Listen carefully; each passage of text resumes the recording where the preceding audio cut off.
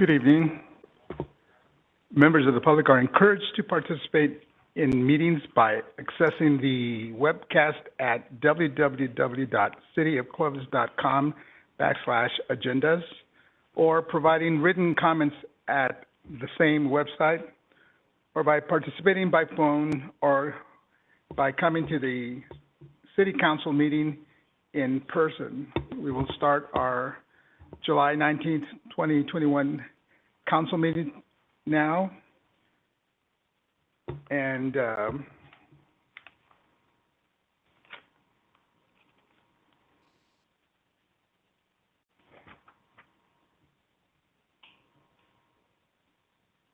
see, I lost my place. I'll call the meeting to order. The flag salute will be led by Councilmember Monatua. Ready? Salute. Pledge allegiance to the flag of the United States of America and to the republic for which it stands, one nation, under God, indivisible, with liberty and justice for all.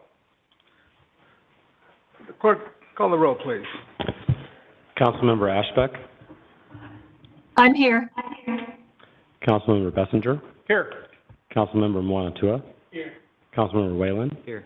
Mayor Flores. And I'm here. Public comments. This is an opportunity for the members of the public to address the City Council on any matter within the City Council's jurisdiction that is not listed on the agenda. In order for everyone to be heard, please limit your comments to 5 minutes or less, or 10 minutes per topic. Anyone wishing to be placed on the agenda for a specific topic should contact the city manager's office and submit correspondence at least 10 days before the desired date of appearance.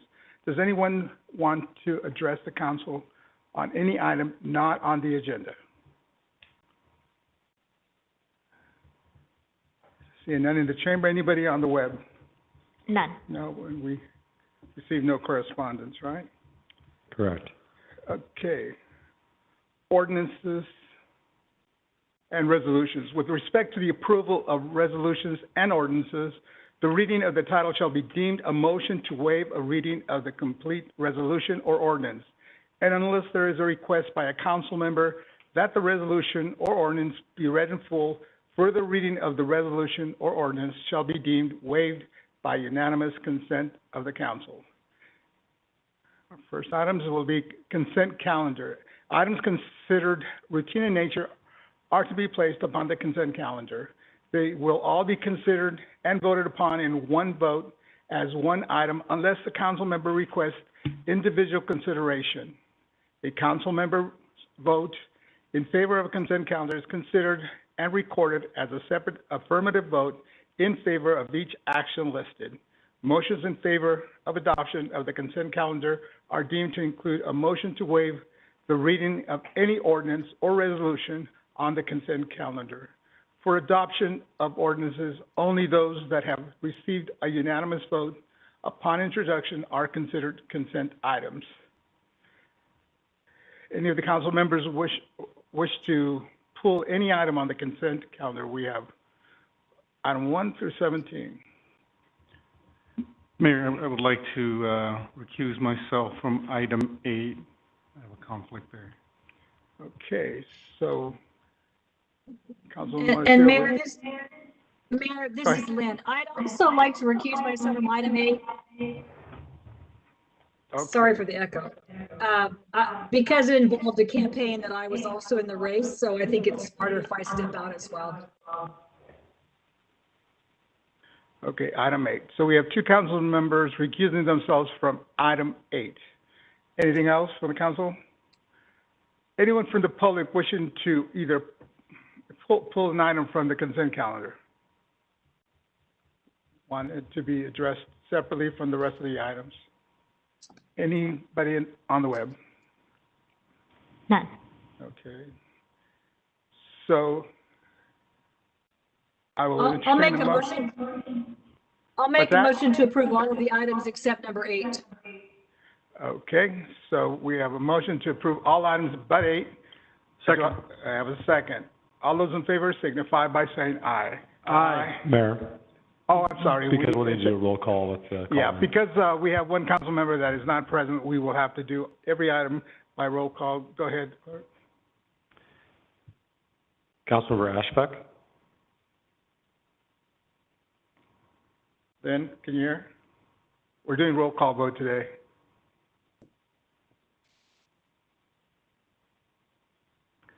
Councilmember Bessinger, Yes. Councilmember Mwanatua, Yay. Councilmember Whalen, Aye. Councilmember Flores, Aye. and one more time for Councilmember Ashbeck, who made the motion. Sorry, approve. Okay, so the motion to approve the calendar, all but 8 is 5-0, all yes. And we'll entertain now, so now we'll just have the recusal of, do we have a motion for the approval of 8? Yeah, in light of the reasons for the recusal, I'm not sure how, whether we want to have any public comment on it or not, but, Okay. if not, we can, I'm ready to make the motion.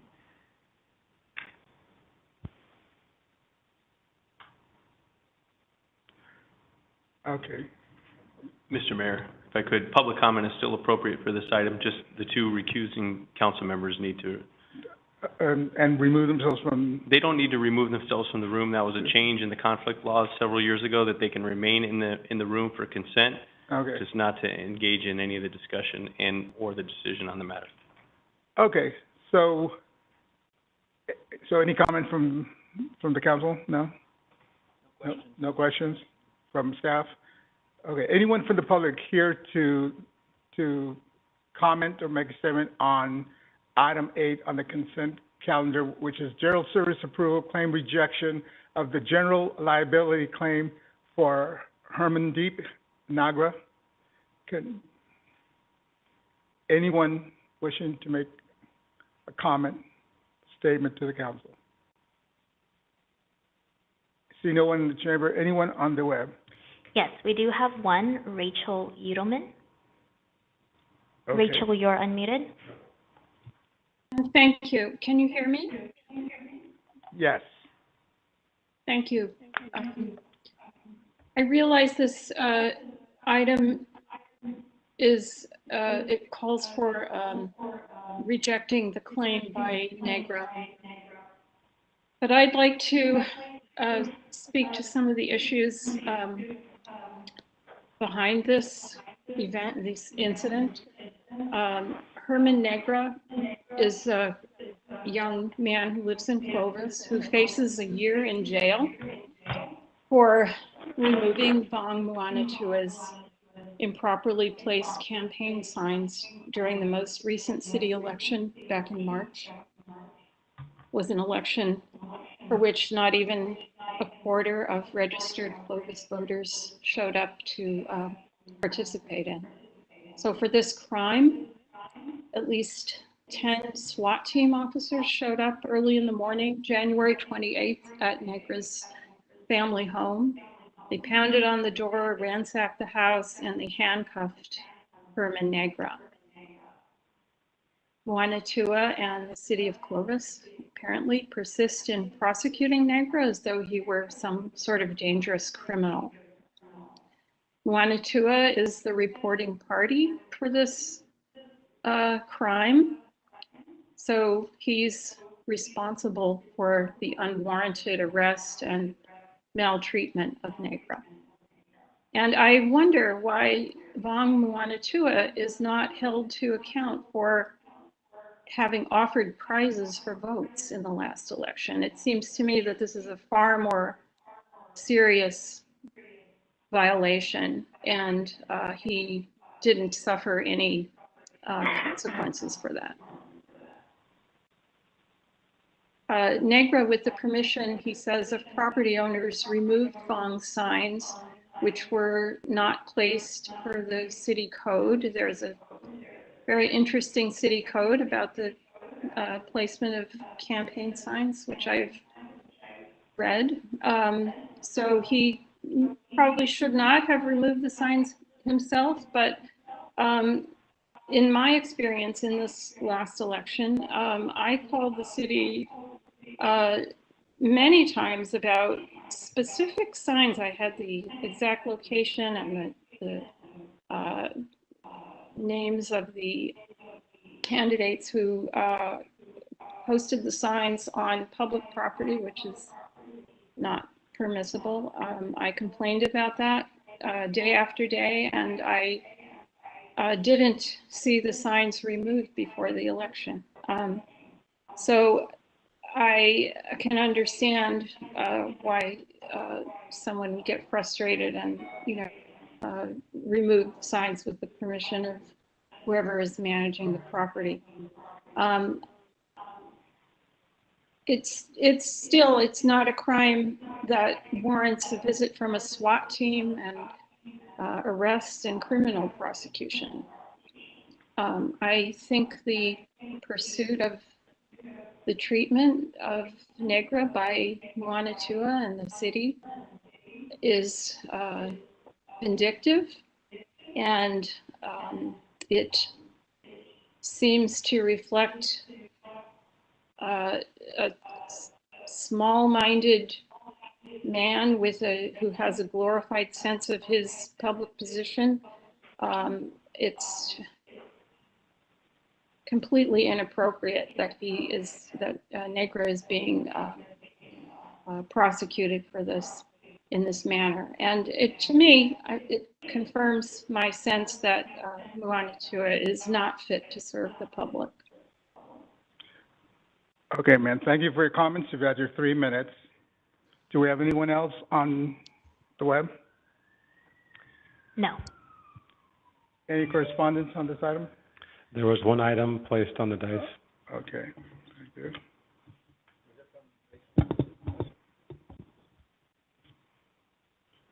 Okay, so at this point, I'll close the public portion of this item. What is the pleasure of the council? Mr. Mayor, if I just can briefly make a statement. I work for the office that is involved in the prosecution of Mr. Negra for the, I believe they're theft charges. I have walled myself off from any investigation or involvement or prosecution of Mr. Negra. And in light of that, I just at least wanted to make that disclosure publicly.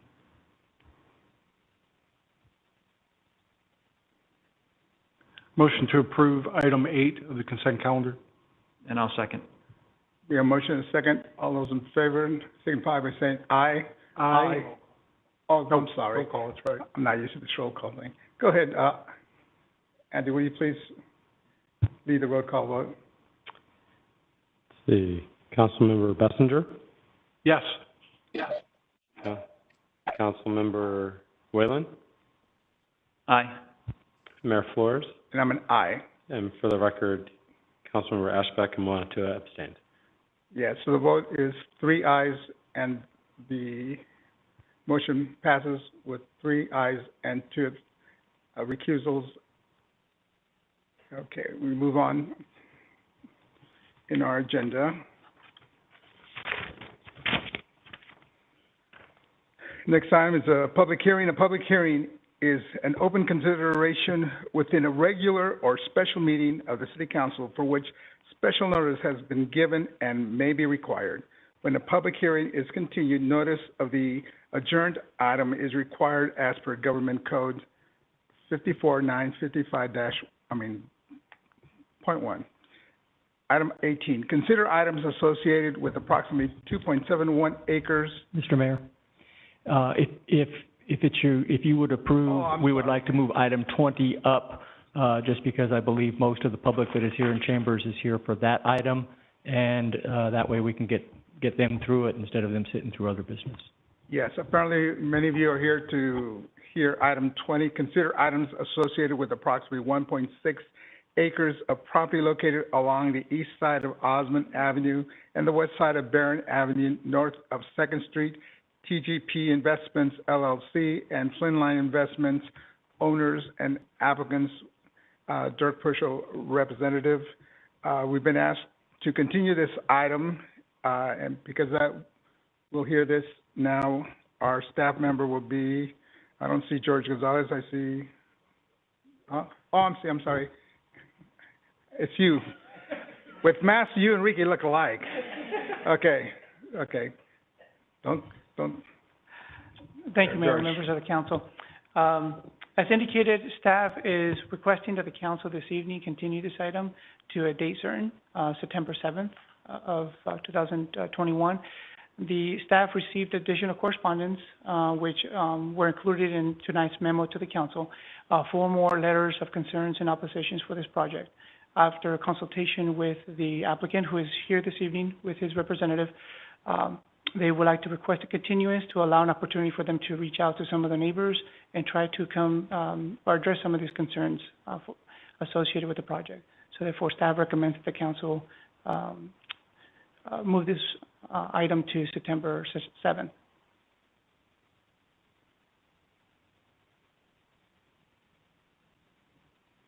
Any questions for staff from council? Any comment from the public? I'll open up to those here today.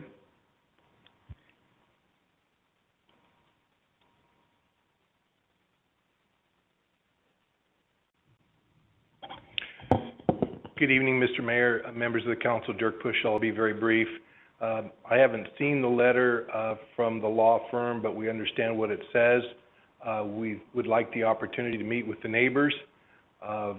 For the record, we did send out an invitation to discuss the revised traffic study. We heard nothing back, but we understand there's a discussion that wants to take place about design, trash enclosures, housing, affordability, and all of that. So we welcome the opportunity to meet with the neighbors.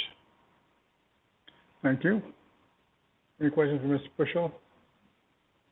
Anyone else wishing to comment on this item here at the chambers? Go ahead. Yes, Mr. Mayor. My name's Cole Heap. I live on Phillip Avenue. Spelling of the last name is Henry Echo Adam Paul.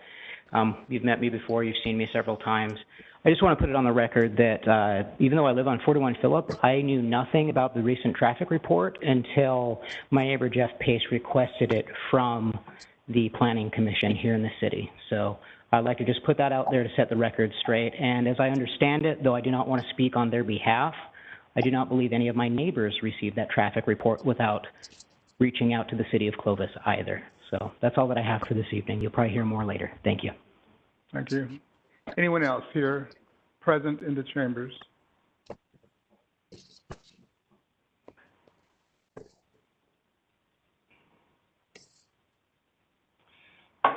Good evening, Mr. Mayor, City Council members.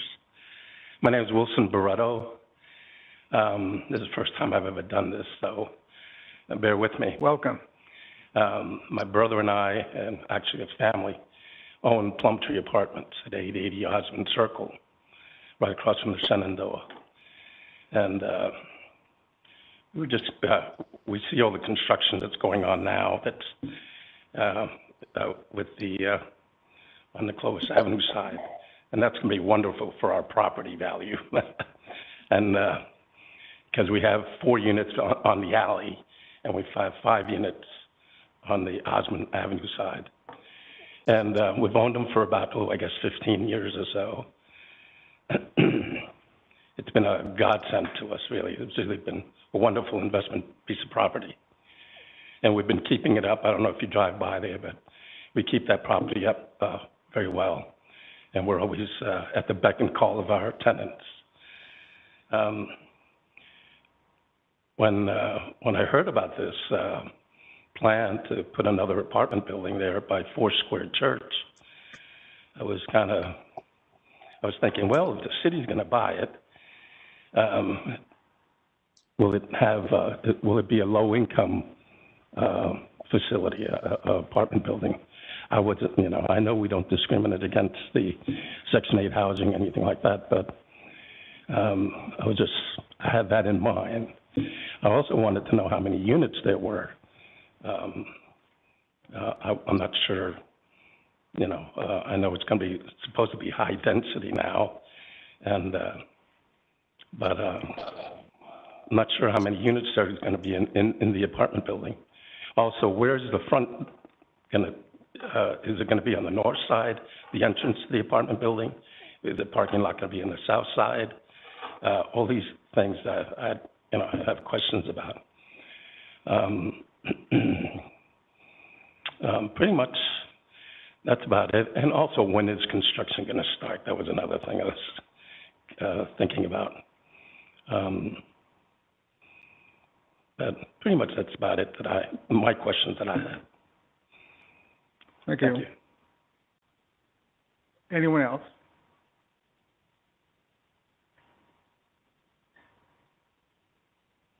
My name is Jeff Pace. I live on Phillip Avenue, and obviously, as many of my neighbors know, we've been following this since the beginning, which was pre-COVID.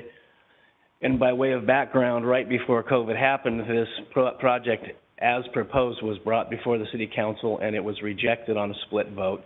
Obviously, the last 15, 16 months have been kind of crazy, so I was quite surprised to see this thing now back on the docket unchanged. So my wife and I, we retained counsel with some of our other neighbors to see what we could do about getting a meeting with the developer. Our attorney called us today and said that he'd been talking to Dirk Pochel, the developer's representative, and that there was a willingness on their part to meet with the neighborhood and discuss the concerns. Everybody that I've talked to really struggles with the three-story nature of this project, given the small-town character of Clovis. I tried to read the 200-page traffic study, and I challenge anybody in this room to figure it out. It's just a lot of numbers. If you look at the conclusions of that report in a layperson's way of reading it, it says that if the property is developed as currently zoned, which is R1, it could take 7 houses, which might bring about another 100 car trips per day. But as proposed as a 40-unit high-density project, the impact would be 200 cars a day. Well, that math doesn't jive. How does 7 equal 100 and 40 equal 204? So anyway, that was for me, just as a voice of one for the neighborhood, I just couldn't let this go by without putting some skin in the game and saying, Clovis is better than this. It needs to be a nice Clovis-style design that fits in the neighborhood. And I don't have any preconceived notions of what that is, but I know, with all due respect to the developer, they're proposing a very long, 3-story motel-style building. It just does not fit in our neighborhood, period. It's a 1-story neighborhood. The trash enclosure is a big deal. My neighbor, John, he was the postmaster in Clovis for 30 years. This dumpster would be like right in his backyard with those trucks backing up, beep, beep, beep every morning, and that doesn't seem right. So I think, personally, I have no issue with affordable housing, low-income housing, Section 8. There are a lot of people that get all worked up about that. I think, people need to live somewhere.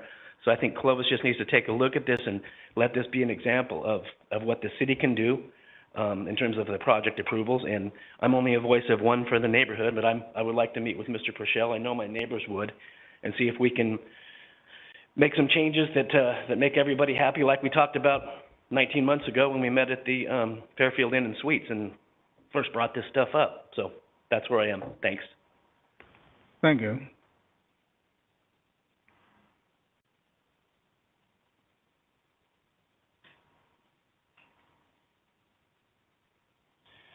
Evening all. My name is Jim Fantaski, and I own the property on 139 Barron, which is directly east of the proposed development.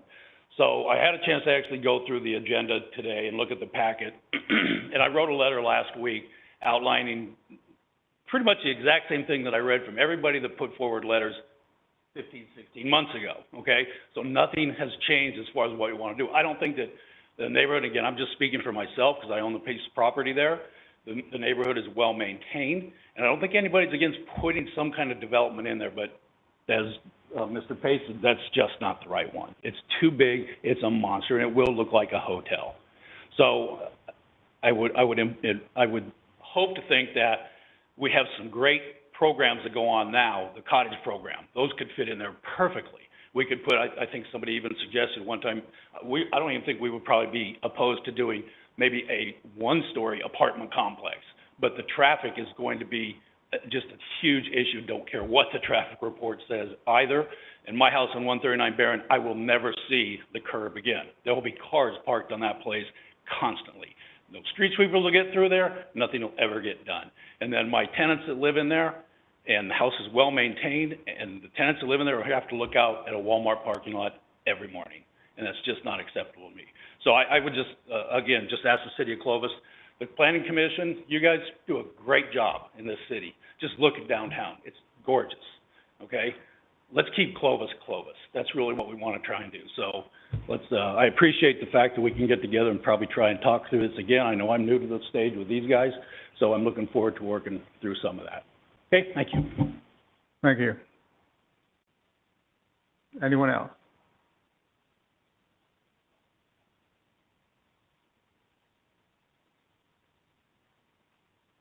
Hi, my name is Derek Chapman. 19 months ago, we brought up some inconsistencies with that traffic study that was done then, including future levels of service that already were, per the information they had at the time, was already scheduled to be too high. I don't know if, I have not seen the traffic study yet. I don't know if this includes the new Civic Center, Senior Center, the whole construction area going on that, the increased traffic from that. I don't know if that, again, it might be in there, I haven't seen it. But another issue is this was, the traffic study was supposed to be done when things were like back to normal. I know for a fact Clark is only working at half capacity right now. So how can they do an accurate traffic study if not everything's back to normal? So I do think we should have a little bit more time to look into this and check it out. Thank you.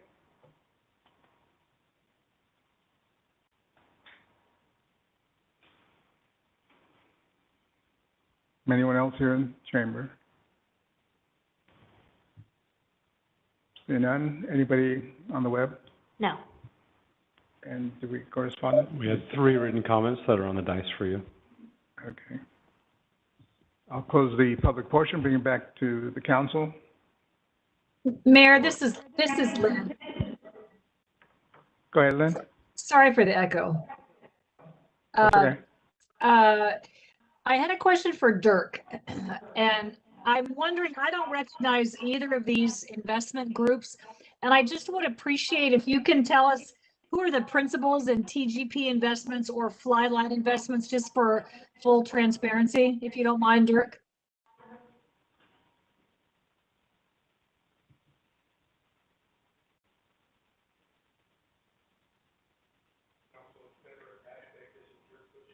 You need to turn that mic on. Go ahead.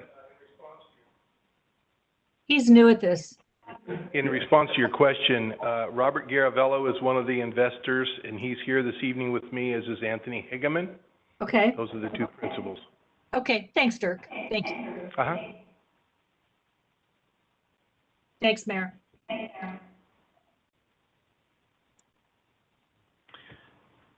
At this point, I'm going to go ahead and make the motion. It was September 7th. Is that what we were looking for? Yes. So I'll move that we continue this item until September 7th. Second. We have a motion and a second. And will the clerk do the roll call vote? Councilmember Ashbeck? Aye. Councilmember Bessinger? Aye. Councilmember Moatua? Aye. Councilmember Whalen? Aye. Mayor Flores? Aye. So this item gets continued to September 7th, and we'll see you all here then. Please work with each other. So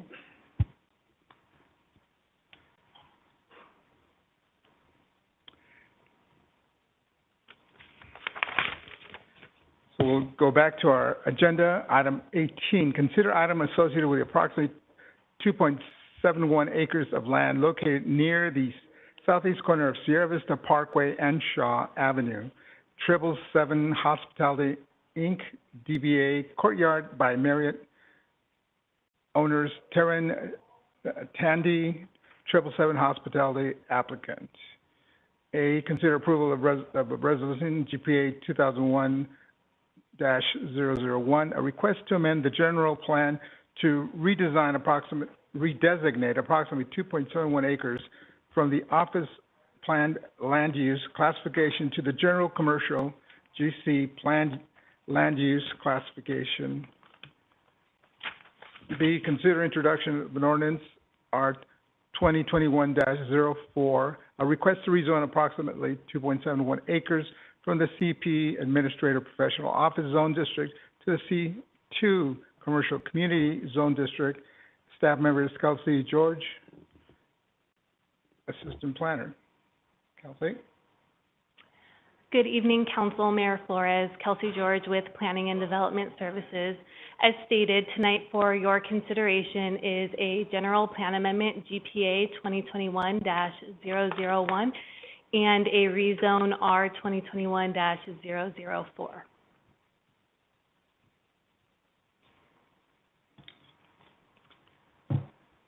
The subject property is located on the south side of Shaw Avenue, in between Stanford Avenue and Sierra Vista Parkway on a parcel that is approximately 2.7 acres in size. The subject property was previously reviewed and approved for a Courtyard by Marriott hotel, which is currently under construction. The subject property itself is completely surrounded by commercial zone districts. Immediately to the north and generally to the west is the PCC zone district for a planned commercial center, which includes the Sierra Vista Mall. And then immediately to the east, west, and south is the CP zone district for office and administrative offices, or office, professional and administrative offices, I'm sorry. The applications before you this evening pertain only to the subject property, and there is no additional site work being proposed with these two entitlements.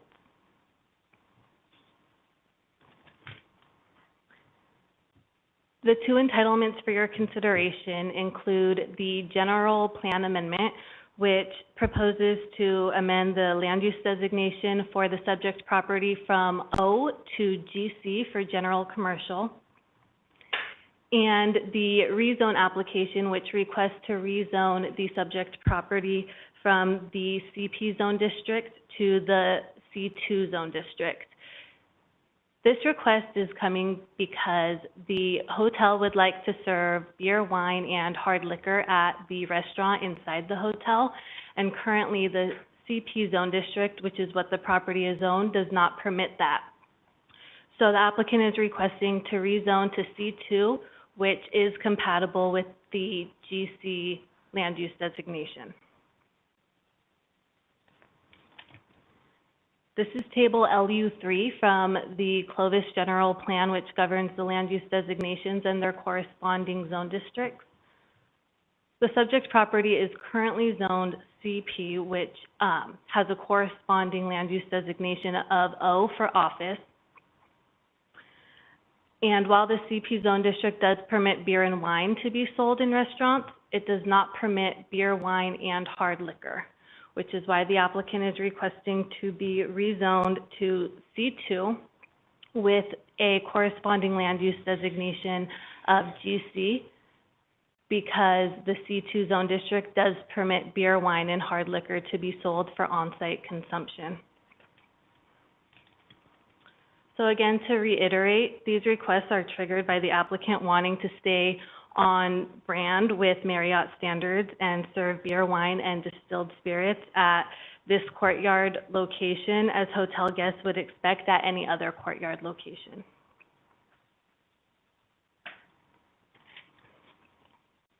Approval of the General Plan Amendment and the rezone will allow the applicant to move forward with getting the necessary approvals from both the police department and the ABC to obtain a Type 47 alcohol license.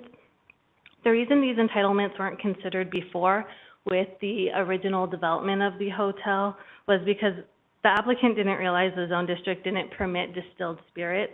It wasn't until they actually applied with the ABC for the alcohol license that it was kicked back to the city, and city staff and the applicant both realized that hard liquor was not permitted in the zone district, and the only way to permit it would be to rezone it to a zone district that did permit hard liquor.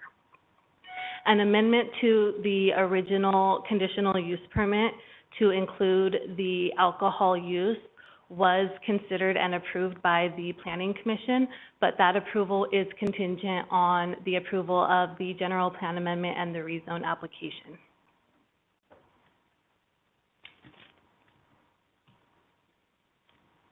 Staff was able to make all of the required findings for both of these entitlements. The findings are outlined in the staff report. Because of that, staff recommends the City Council approve General Plan Amendment GPA 2021-001 and rezone application R 2021-004. That concludes my presentation. City staff and the applicant are available to answer any questions. Thank you. Questions for Kelsey? For the council? Kelsey, excellent presentation. I don't know if this is a question for you or for the applicant. Obviously, this is going to be geared towards guests. Is there an intention by the applicant to make this more of a public bar, you know, where we're going to bring people from the outside in for eating and dining, or is this mainly hospitality related? My understanding is that it would be very much on brand with other courtyards. It's open to the public, but mainly geared toward the guests staying in the hotel, but I can let the applicant clarify that if need be. Yeah, Kelsey, is this the first time you've presented in front of the City Council? That's correct, yes. You did a great job. Thank you. Now I'm going to ask you questions that you probably can't answer, just to see how you do with that. So has there been any conversation related to, and I think this probably would have come up under the CUP component of it with the Planning Commission, related to the saturation of either on-premise sales or 47 licenses with ABC? The oversaturation numbers for alcohol licenses pertain to off-site liquor stores and things like that, and those saturation numbers don't pertain to on-site. The CUP was routed to the police department, who did place conditions on this license through the ABC, and all of those conditions will be on the Type 47 and will have to be complied with in order for them to be in conformance with that liquor license. So, but as far as you know, you're not aware of, within that census tract, how many on-premise licenses for hard liquor there may be? No, I'm not aware, no. Okay, thank you.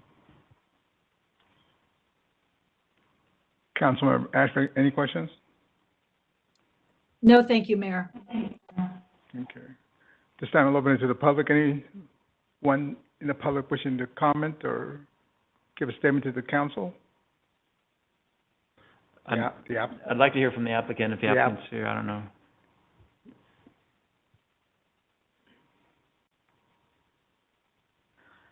Good evening, Council. I'm Taryn Tondy with 777 Hospitality, and I'm here to answer any questions. Are you familiar with how many on-sale hard liquor locations there are within that census tract? Unfortunately, no. Okay. All right, thanks. Sorry, I did have a question. How large is the bar area going to be? What's the seating capacity? Total seating capacity would be around 100, I believe. That's including the lobby area as well as seating near the lobby. At the actual bar, maybe 10 people. Okay, and you're going to have a kitchen, industrial kitchen to serve. Are you going to be doing room service in the rooms also? There won't be a room service, but there is a full-on kitchen with a hood. They call it Courtyard Bistro. It's going to have snack foods like barbecue wings, sandwiches, little stuff like that.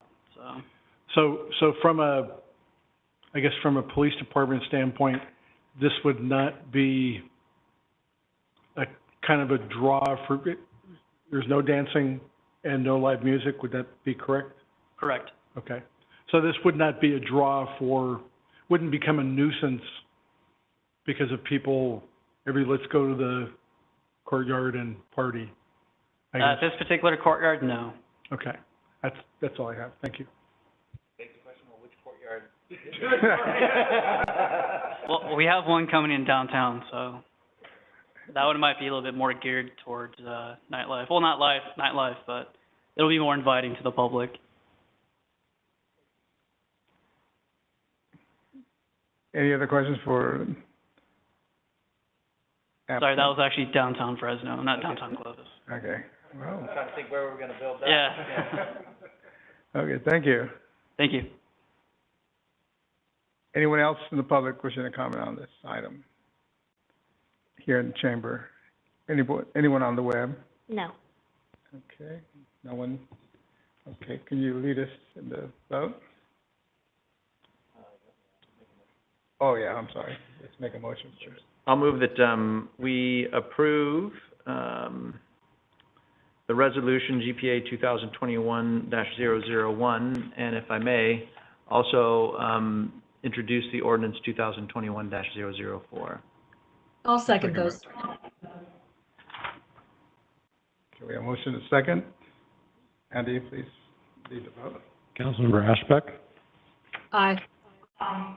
Councilmember Bessinger? Aye. Councilmember Monatua? Aye. Councilmember Whalen? Aye. Mayor Flores? I'm an aye.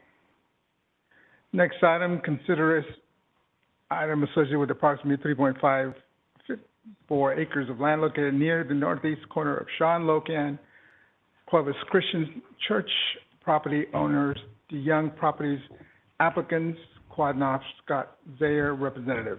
This property is literally across the street from my house, and therefore I have a financial interest, and I must recuse myself. So this item will be presided over by Councilmember Monatua. So I'll be recused.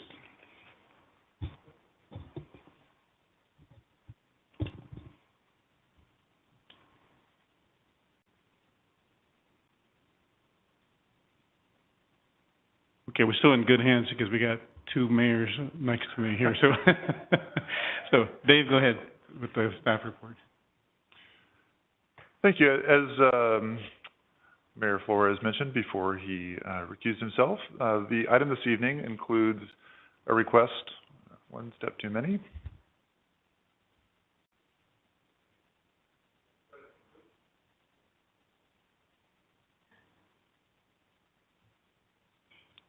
Andy, I think we might be locked up. Okay. This is a request for a general plan amendment and a rezoning, along with a tentative subdivision map. The site, as you can see on the screen, is located near the corner of Shaw and Locan Avenues. The total site, shown there in blue, is a little over 9 acres, and the project site in question is about 3.5 acres, roughly. The overall site is currently owned by Clovis Christian Church, which was developed in the unincorporated county in around '88 and then eventually annexed into the city around 2006. The site was the subject of a conditional use permit in the city in roughly 2015, at which point more or less the master plan for the site became clear, and it looked like the southern roughly third was not really going to be part of the long-term development plan. The applicant's goal with the general plan amendment and rezoning is ultimately the development of a 17-lot subdivision project, which is shown here on your screen. We'll talk a little bit about that in a minute. As you can see from this slide, the orientation of the subdivision with the remainder of the Clovis Christian Church campus, which will be retained intact. So the church won't be going away. Their campus will stay the same as it currently sits. Just roughly the southern third will be converted into a subdivision if this project goes forward. The existing general plan designation on the site is public and quasi-public facilities. You can see from the bright blue designation in the middle of the screen that kind of stands out. The proposal is to change the existing designation of public and quasi-public to medium density residential. You can see there from the screen that the surrounding area is just about entirely designated for low and medium density residential, consisting primarily of single-family residential subdivisions. The proposed density would allow a range of 4.1 to 7 dwelling units per acre. This project comes in at about 4.8 units per acre, which is at the lower end of the density range. And as I'll show you here in just a minute, that density range is almost entirely matching what you see just south of the project site. The zoning on the site is currently public facilities, and the proposal is to redesignate the site to R1 single family. That is kind of the traditional single family zone in the city with a 6,000 square foot minimum parcel size. This is one of the few project sites that has not taken advantage or chosen not to take advantage of that PRD zoning that we've talked about in the past. This is straight R1, and the project does comply with the objective standards. The map in question is shown on the screen. The minimum parcel size here, as I mentioned, is 6,000 square feet. The parcels proposed range from 6,000 to a little over 11,000, and I think the average parcel size is right about 7,200. The cul-de-sac lots on the east end are obviously a little bit bigger than the lots in the field, and then the lots nearest Locan are also a little bit bigger to provide a greater side setback fronting Locan. This graphic shows the orientation of the proposed subdivision in relation to the adjacent subdivision and to the remaining church campus. If you look closely there, you could probably see that the proposed parcel lines in the new subdivision line up almost directly with the proposed, with the existing lot lines on the neighborhood just to the south, which is also a DeYoung built neighborhood. So the parcel sizes are very, very consistent. The lot orientations are very consistent, and the project will meld nicely with the existing neighborhood.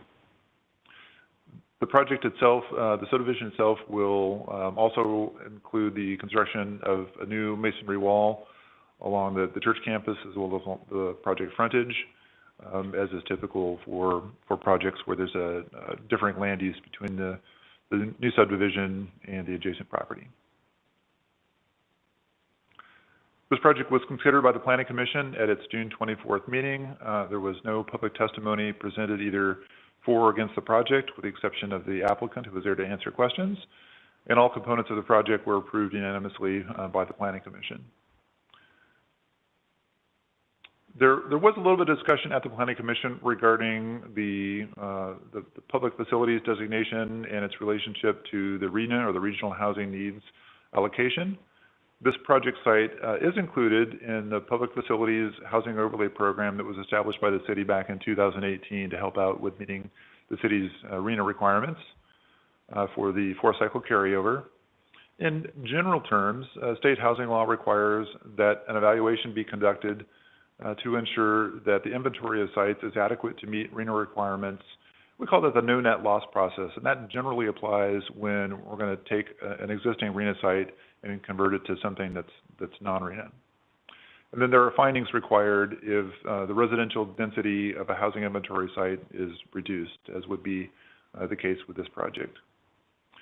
Those are general requirements that are clear in state law. We've consulted with the State Department of Housing and Community Development, or HCD, and HCD clarified for us that no net loss requirement really only applies to the current housing element cycle, which is the fifth cycle.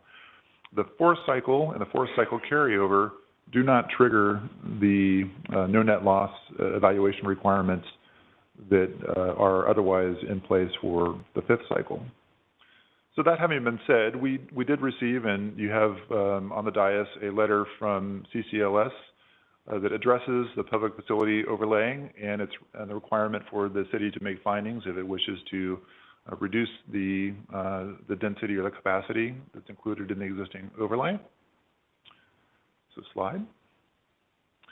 And even though HCD has clarified that those no net loss requirements don't apply, we felt that in this case that rather than relying specifically on that information or the clarification, but to provide you with a belt and suspenders approach, and that we would present to you the findings and ask you to incorporate them in the resolution, which we believe those findings can clearly be made. So there are two findings that would apply in this circumstance. The first is that the proposed change, in this case a reduction in density, would need to be consistent with the general plan, including the housing element. So we took a look at the housing element policies and programs and identified 5 goals and 35 policies. There are no goals or policies that specifically address this PF overlay, or in general, the rezoning or reduction of density of designated housing inventory sites. So really the housing element itself is silent on this particular action But we went through all of those goals and policies and did not identify any conflicts or inconsistencies between this action, the development of the site, and our existing documents. The proposed general plan and rezoning that are proposed this evening are consistent with and or implement several specific goals and policies in the housing element. We wanted to briefly present those to you. Goal 1 of the housing element is to facilitate and encourage the provision of a range of housing types to meet the diverse needs of residents. Policy 1.2 is to facilitate development of new housing for all economic segments of the community. Policy 1.5 is to encourage infill housing development. Goal 3 addresses improving and maintaining the quality of housing in residential neighborhoods. And Policy 3.1 is to preserve the character, scale, and quality of established residential neighborhoods by protecting them from the encroachment of incompatible or potentially disruptive land uses and or activities.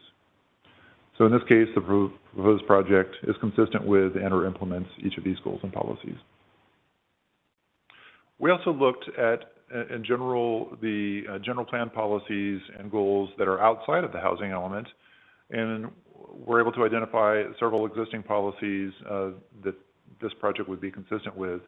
Policy 1.4 addresses jobs and housing and infill development. Policy 5.2 encourages a mix of both ownership and rental options. 5.3 looks for innovative housing, including encouraging innovative housing and product types such as multi-generational, co-op, and variations on live-work housing. In addition to these policies that are directly relevant to the project, we looked for any conflicts or inconsistencies in general plan policies outside the housing element, and we're not able to identify any. Based on this information, staff is very comfortable in recommending to you to make a finding that both of the required findings for the reduction in density can be met, and this project can move forward accordingly. I'm sorry, that was the first policy. The second policy, the second finding that would need to be made is that remaining sites in the housing inventory are adequate to meet the RHNA requirements. So in this case, we're dealing with the 4-cycle carryover. So I'll give you the numbers there. Back in March of 2021, we had a surplus of 366 units in the 4-cycle carryover low-income category. During that same discussion at the March 15th meeting, additional regional housing overlay sites were added, creating another 1,155 units, resulting in a surplus of 1,521 units. If this project moves forward and the public facility overlay site is removed, 124 units would be removed, and that would leave the city with a surplus of nearly 1,400 units. So that makes it clear that there are adequate sites available with this project to meet the city's RHNA requirements.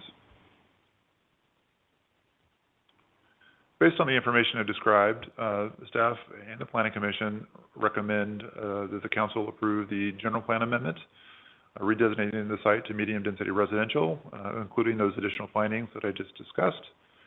Rezoning, introduction of the rezoning, rezoning the site to R1, single family, including the findings that I discussed, and approval of tract map 6349, which is a vesting tentative map for 17 lots. And I would be happy to answer any questions if the council has any. Thank you, David. Any questions of the council for Dave Merchant? All right. Dave, could you go back to the map, the tract map, please? If someone in this tract wanted to get to the trail to the east, they would need to go out and then come around?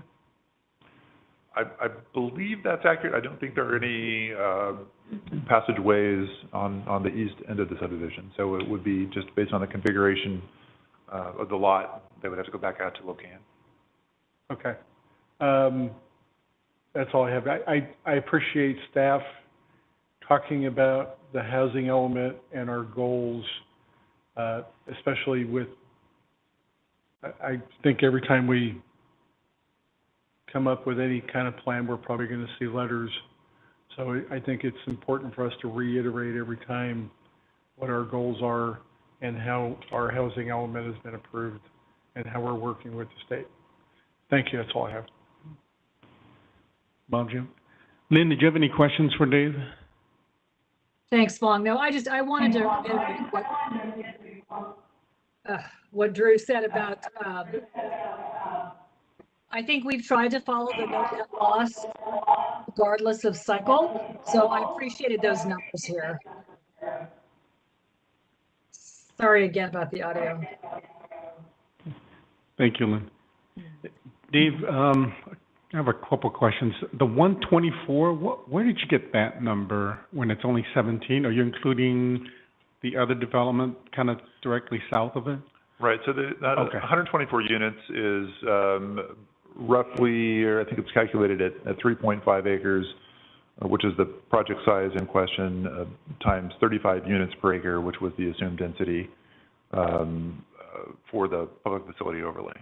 Okay, got it. And if we go back to that the picture with Drew had a question. So that gray area between the church and the new development will still not have a sidewalk, huh? That's the only spot left, from what I recall. I believe that's correct. Okay. Is there any way we can expedite that at all? So, because I mean, it's not that large, so that way kids going to school doesn't have to go through that dirt. I know that it's the church's responsibility, but is there anything we can do at all to help that? Even if it's, I think at Clovis East they did like an asphalt type, right, walkway from Clovis East to the new developments along Gettysburg to get to the Lennar homes over there. Just something. I suspect that the developer here would, well, I don't want to speak for them, but if you were to ask that same question of the DeYoung properties, I would guess what their answer might be. Okay, all right, I would do that. And you said that HCD said that, you know, that no net loss, it didn't apply. And so was that just verbally? Was there an actual letter from them? It was the result of a discussion actually about the action that your council took in March. That was followed up with some email correspondence. So there's not a formal letter per se, but we do have some correspondence. Okay, so that actual, that application of, you know, on the 5th only, not on the 4th cycle, the no net loss, we have something where it's something someone up there will not forget. We do, and I'll look to Scott to see if he wants to elaborate on that any further. Yeah, certainly what they provided is not binding, and as you know, even from the case that we have, HCD's position, the court may disagree with that, but it is, I mean, it was instructive to staff to know kind of what HCD's position was going to be on this issue, but as Dave reiterated in his presentation, I think it's the belt and suspenders approach is still what we're suggesting tonight, to go ahead and do that. I mean, we can meet the no net loss analysis based on the current project, and so we think we can support the findings that are required to be made for that, so that's what we're recommending tonight. Thank you. Any other questions of staff from the council? Okay, at this time we'll open up the public hearing portion of this item. Anyone in the public would like to address the council on this item? Yes. Good evening. Can you hear me? Okay. Brandon DeYoung, DeYoung Properties. Good evening, council.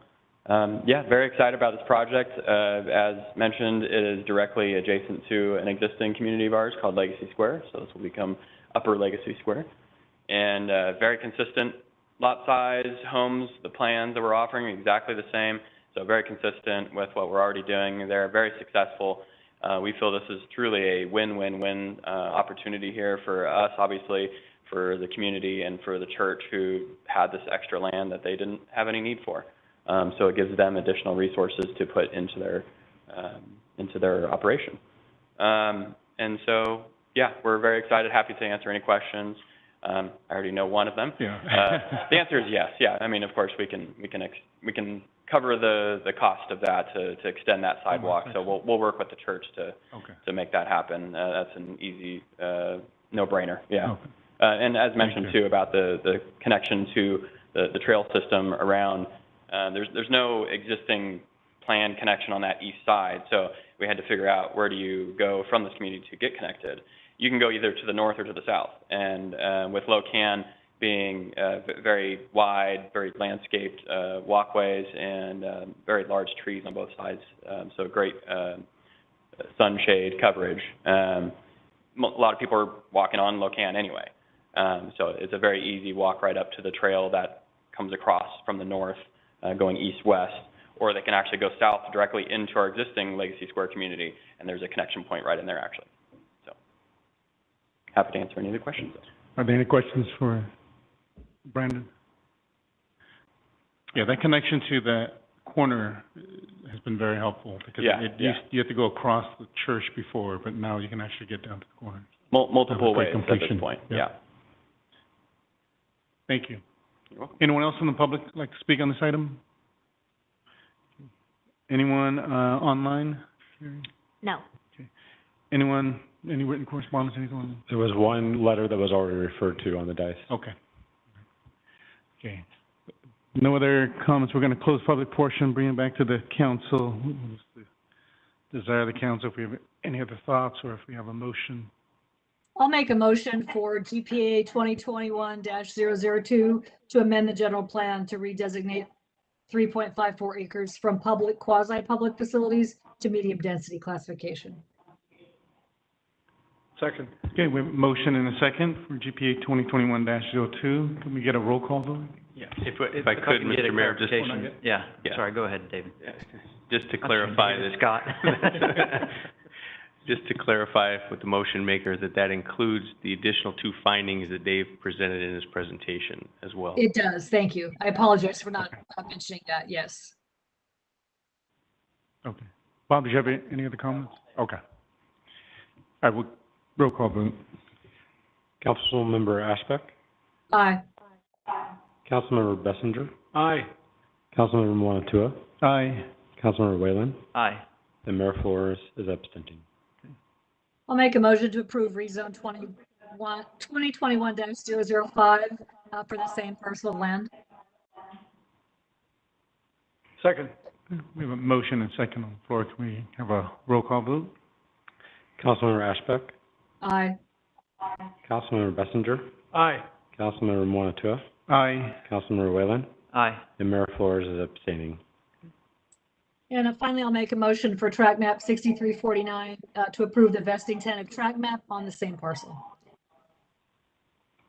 Second. We have a motion second on the track map. Can we get a roll call vote? Councilmember Ashbeck? Aye. Councilmember Bessinger? Aye. Councilmember Moanatua? Aye. Councilmember Whalen? Aye. And Mayor Flores is abstaining. Okay.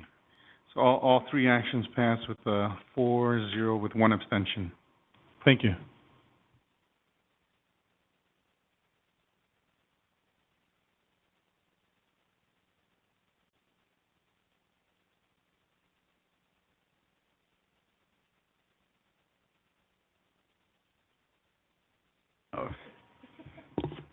Okay.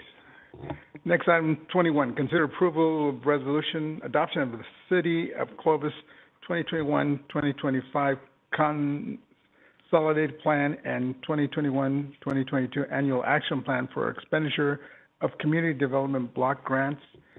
Mr. Andrew Hausler. Good evening, Mayor and members of the council. This evening we'll be asking council to consider approving the 2021 through 2025 Consolidated Plan and the 2021-22 Annual Action Plan for the use of the Community Development Block Grant Funds. Just a quick background, CDBG, as it's referred to, provides funding to meet one of three national objectives. Excuse me. This benefits low to moderate income people, eliminates slum or blight, and meets an urgent need, such as the needs we had during the COVID crisis. This funding provided resources to senior citizens and households that couldn't pay their rent. It also has to qualify a benefit low to moderate income person, such as direct income qualification, a project that serves a limited clientele population, such as a senior citizen, or be in a low to moderate census tract or block group. This is a quick map, just for reference, of the low to moderate income census tract block groups within the city of Clovis. It gets updated annually and does change. So this is our current map, but we would expect it to change when the new census numbers come out sometime this fall. Eligible examples of CDBG projects include infrastructure, public facilities and services, street improvements and ADA improvements, housing rehabilitation, economic development, parks and recreation programs and facilities, as well as code enforcement. So this year we're doing our 5-year plan for the use of CDBG funds. That requires coordination with the Clovis leadership and departments to assess the need in our community from the city's point of view. We review our past performance and how we've done, and then we do a citizen engagement process. In our case, we did interviews with a number, almost 50 different individuals that represent different organizations regarding the needs in our community, as well as citizens and users of our programs. And then we also go out based on that information and have additional meetings and input sessions with stakeholders to get their input. So that included a survey that was completed by many, and different priorities came out of that response. We had high priority, medium priority, and low priority items that came out of needs in our community. The items that are highlighted in red are items that are included in our use of funds for the 2021-22 action plan for use of CDBG funds.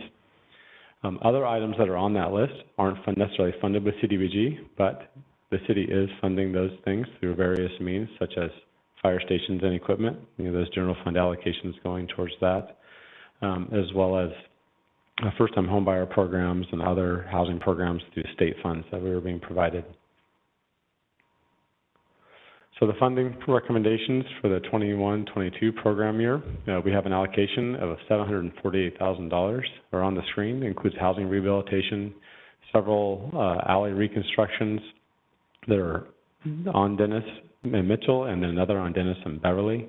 A micro enterprise, which is job creation at our culinary center. Area-based policing, which increases code enforcement and CDBG eligible block groups, as well as the administrative portion of the grant. If any project does not expend the entire funds, the funds roll over and we reallocate them, and we routinely come in under for administration and roll those funds into the next year. So staff recommends that we approve the 2021-2025 CDBG Consolidated Plan and the 2021-2022 CDBG Annual Action Plan. I'm here for any questions. Questions for Andy? Joe, I have a question. Andy, this is a small question, but back on your slide where you had the projects highlighted in red. Did you say that the projects in red are what you're recommending before us, but the other items we are currently funding, is that what I heard? Many of them we are currently funding with other resources or other programs around the community helping with those things. Okay. So we prioritize things that were kind of a hole in the community. I was just curious, it caught my eye on the food pantry programs. Is that something do we do that? Do we have such a thing in Clovis, besides Salvation Army as an example? The city of Clovis doesn't directly fund those items, but we do support with the Salvation Army as well as the food bank programs that are available in the community. Okay, so we don't directly support all these things on this list. Yeah, the goal is to really assess the needs of the entire community and then look at spots where those resources aren't being met, so we don't double or. Okay. Yeah. That makes sense. I just misunderstood what you said, and I was not aware of us supporting a food pantry program. Thank you. Directly, I should say. Thanks. Bob? So the list here, is it organized by priority? Yes. So the number 1 was job creation, number 2 was ADA sidewalk improvements, and so on. Yes. Okay. And then the administration costs, is that a statutory calculation, or how is that determined? Yeah, the federal regulations allow for up to 20% of the funding to be used for administrative costs, which the program is administratively intense. We've traditionally come in about 12 to 14%. Okay. But we allocate that up front, in case we have the need, and then we provide those savings back into the program All right. going Thank you. forward. Drew? It's just more of a statement. I really like how we handle this program. I think we have a very measured response, helping, helping older folks getting their roofs repaired and new water heaters and putting in ADA ramps and helping good citizens who are just having a hard time closing the deal on some things. And it also funds code enforcement for the people who, for some reason, need to be dragged to the table. And so this is, I think it's a very measured approach, and I think the staff does an excellent job administering this program. Thank you. Well, yeah, it's an excellent report, especially with the 5-year. I think this report was remarkably better than the first one I saw. I think we did 5 years ago, huh? And I liked how detailed it was with the outreach and who you reached out to, who responded, and I think that was excellent. Just a couple comments. I agree with Councilmember Bessinger, because I think that many times when you are in a quote-unquote poor part of the neighborhood, you may think you don't get the response, but the residents there, especially with code enforcement, we respond just as well as if you are in the new development that just came, and that is excellent, because when citizens feel like, that they get served, it doesn't matter where they live, and so thank you for that. And I think that what we've done with the alleys and the streets back there have also really improved safety, just aesthetics of that area. And the programs that Drew mentioned with just helping just those who need little things. Thank you for that. With regards to the report, page 596, I think I asked this last time.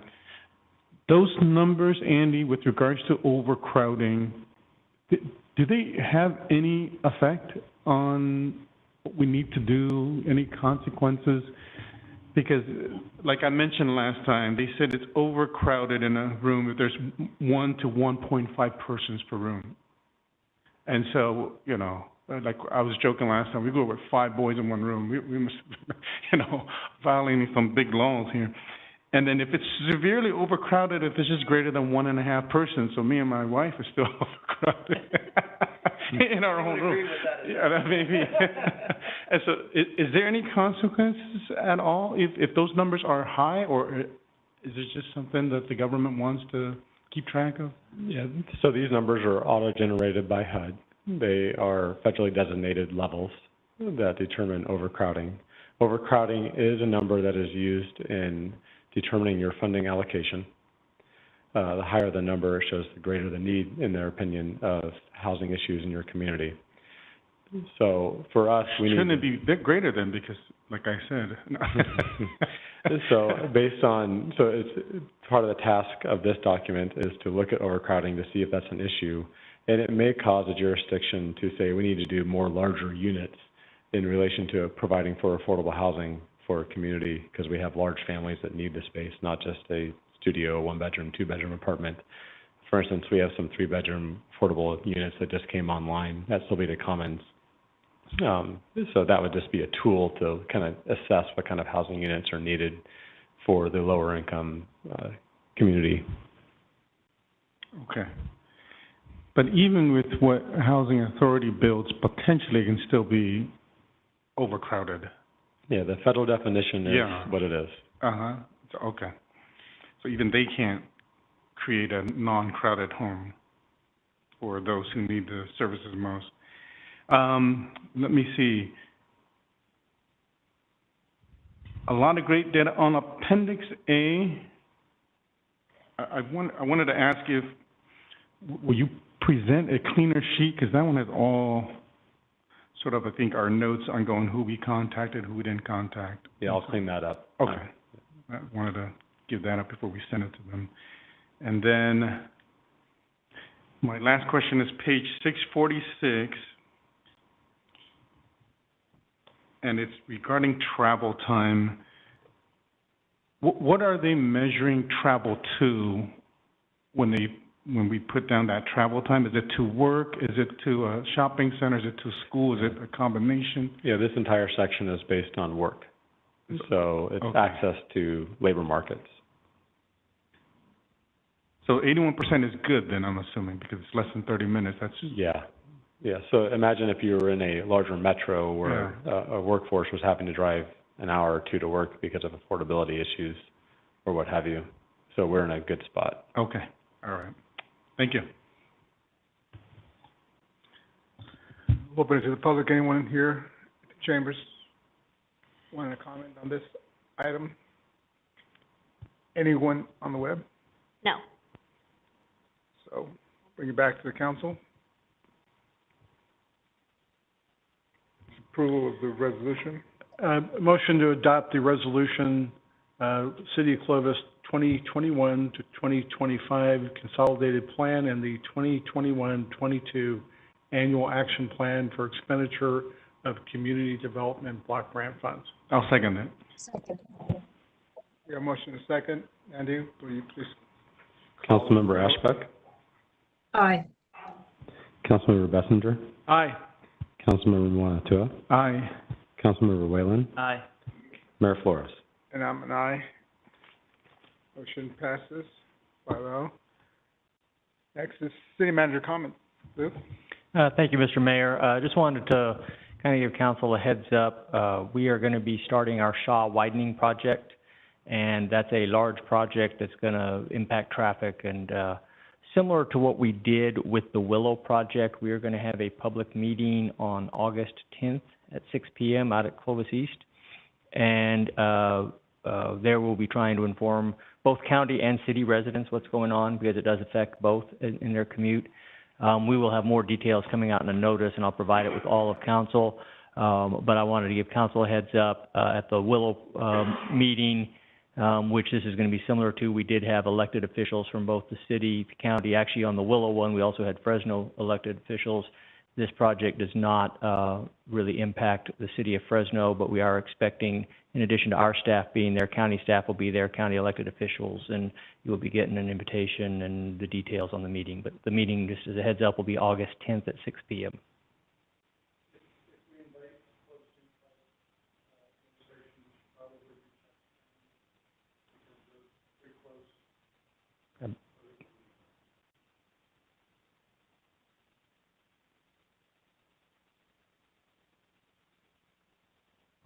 Okay. Council comments. Councilmember Monatua. Nothing? Bob? Nothing. Lynn, do you have anything for us? Just a couple of comments. Sorry I'm not there in person. We are on vacation, but happy to participate this way. Just an update, the Measure C steering committee continues to work through the process and making sure we get all the voices at the table. So Councilmember Moanatua participates on that steering committee. So that is continuing along. Somewhere early in the fall, we'll decide whether we are ready to move forward with the 2022 ballot initiative or wait till 2024, but that decision hasn't been made yet. The second thing I wanted to mention, I mentioned to Luke in a text last week, there are lots of questions on the next door app about parking on city streets. So this might be a chance for Chad to weigh in on the next door app on some of these commonly asked city questions. So if that hasn't happened, I would encourage that, because I still see the questions and people's answers are, you know, their best information, but it's not consistent. And then finally, I think tonight brought up two things for me that I've asked for in the past. One is, when you do staff reports where people refer to previous votes, it would be helpful for me in the staff report if you included a small section on the history of that. Because tonight the comments were it was a split vote. And I think the vote was on continuing, not approving or rejecting that project. So if we could have a little history on that vote, because I, for one, can't really remember all of those things. And then my second request is, when we have applicants that are LLC names that we don't know who the principals are, it would be helpful, and I think fair to the public, to also list at least the principal in each of those. If our staff reports could include that, I would appreciate that. And that's it. Thanks, Mayor. Okay. Drew? Last weekend, our community service work program was reinvigorated, and they were out cleaning things in the neighborhood. I think as far as as a crime prevention and education program, what we do with the juvenile work program really is important. I teach juvenile law at the academy. I'll be doing it tomorrow, and I talk specifically about how this program has helped us give some of our youth that extra moment of pause before they're about to make a bad decision to think, I don't look good in orange. So that's a good thing, but I'm very happy to see them back out. The only thing I have is that the Olympics are starting up here soon, and Clovis has 2 Olympians that I know of. One's Gina Prandini and Bryson DeChambeau. So yeah, so we'll be well represented this year Olympics. So I know the Prandini, so that's gonna be fun watching her. She'll be competing in the 100 and the 200 meter races. So, you know, go Gina. And I'm not an avid golfer, so I don't follow Bryson that well. So, but I'm sure all you. Is that a sport? They say it is. It's a little white ball that you chase around for about 18 holes. You know, so it is a sport. It's a very, very lucrative sport. I understand. And so you know, best wishes to the Clovis kids that have done a lot of work to get to where they're at. And that's all. Do we have anything else? We have a closed session, and we'll have nothing to report out, or potentially? Actually, we do potentially have action to report out, yes. Okay, so at this point, the council will go into closed session, and if we have something to report out, we will come back to do so. Luke, are we going to stay on WebEx, or is there a number I should call in? I think we'll call you on your cell. Okay, thank you.